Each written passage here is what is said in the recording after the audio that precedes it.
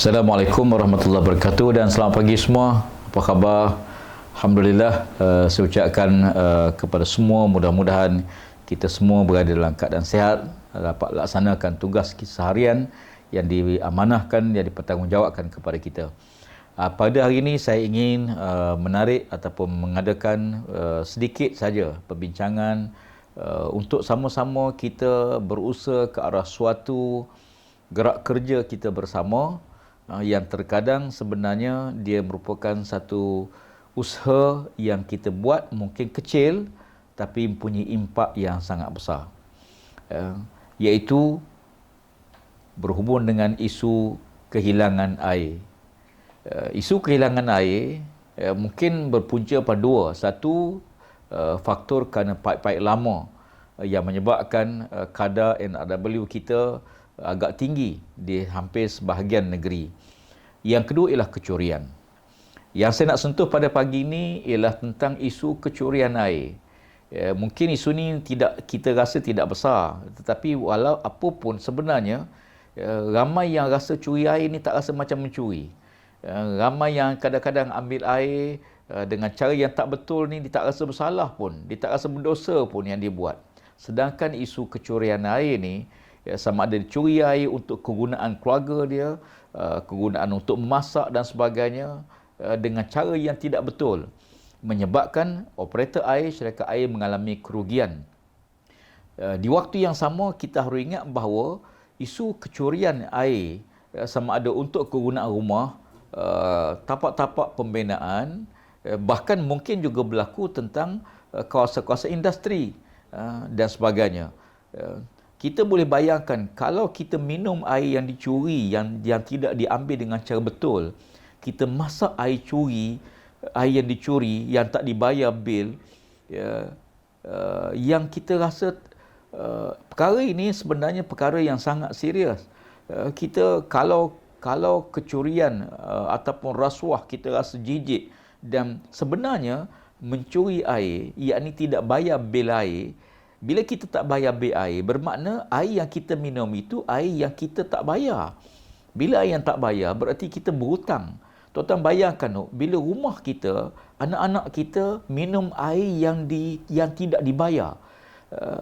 Ini bukan kecil punya dosa. Ini bukan kecil-kecil punya. Ini dosa besar. Sebab kita membesar tubuh kita daripada sumber yang tak betul, daripada sumber yang haram. Apatah lagi kalau mencuri. Yang tak bayar tu mungkin ditangguh, bulan ni tak bayar lagi, bayar bulan depan. Okey. Tapi yang kita risau, yang kita bimbang ialah mereka yang mencuri air untuk memasak, curi air untuk minum, curi air untuk beri makan keluarga, mencuri air untuk industri, untuk buat projek, tapak projek perumahan dan sebagainya, apa-apa projek sekalipun. Hasil daripada yang kita curi, sumber air yang dicuri, yang tidak dibayar, sama ada melalui cara-cara yang tidak betul, yang dibuat. Dan kita dapati pihak SPAN, Suruhanjaya Pengantinan Air Negara, terpaksa melaksanakan operasi. Kita pantau semua, tetapi maklumlah kita tidak mungkin boleh pantau semua kawasan. Yang penting ialah kesedaran bahawa mengambil air dengan cara tak betul dianggap sebagai mencuri air ini merupakan satu kesalahan dan satu dosa. Dan kita harus ingat bahawa tubuh kita ni lebih kurang 70% daripada tubuh kita daripada air, kandungan air, dan dia membesar daripada air tersebut. Maka kan itu jangan pandang mudah. Kalau ada bil air, pastikan kita bayar bil air tersebut. Jangan kita tak bayar, sebab kita minum air yang tak bayar, yang kita curi yang tak bayar lah. Bila tak bayar ni sama macam curi lah, kita beli kemudian kita makan dengan kita tak bayar, berarti hukumnya haram. Dari segi syarak hukumnya haram. Maka jangan kita anggap mudah. Air yang kita ambil, bil kita tak bayar, bertahun-tahun ada orang tak bayar bil, ada yang sambung, buat penyambungan sendiri, dengan tak ikut peraturan dan sebagainya. Bahkan kalau kita buka paip kecil, sikit saja, mungkin air itu menitik setitik ataupun sikit sangat, dengan niat kita untuk mengelak meter berjalan, dengan niat yang tak betul, maka itu juga termasuk daripada sumber yang tak betul, yang haram.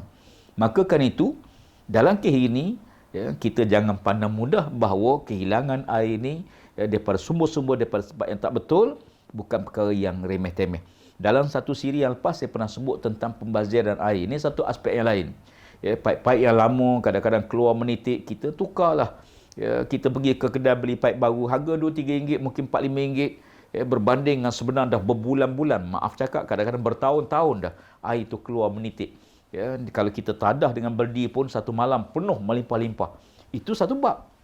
Tapi yang saya nak bincangkan ini ialah bagaimana bil air yang tak dibayar, kemudian yang mencuri air, ya, dengan pemasangan paip sendiri dan sebagainya, semua itu termasuk perkara yang salah dan kita kena rasa berdosa dengan perbuatan tersebut.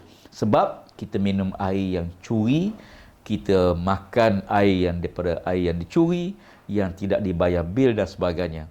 Oleh kerana itu, urusan di peringkat kementerian kita akan laksanakan pemantauan, operasi dan sebagainya, tetapi tuan-tuan, marilah sama-sama kita bergerak ke arah menjadi warga negara yang berguna, pekerja yang baik dan rakyat yang mentaati peraturan undang-undang negara dan mentaati perintah Allah Subhanahu Wa Taala. Apapun kita nak supaya keluarga kita, diri kita, keluarga kita, masyarakat kita besar tumbuh daripada sumber yang halal, bukan sumber yang haram. Kerana sesuatu yang haram masuk ke mulut kita, na'udzubillah, ya, mana bata min haramin pannaru aula bih, kata Nabi sallallahu alaihi wasallam, mana daging tumbuh daripada sumber yang haram, maka neraka lebih layak bagi dia. Semoga Allah lindung kita bersama daripada sumber-sumber tersebut, dan insya-Allah, ya, saya ucapkan selamat menjalankan tugas kepada semua warga Kasar.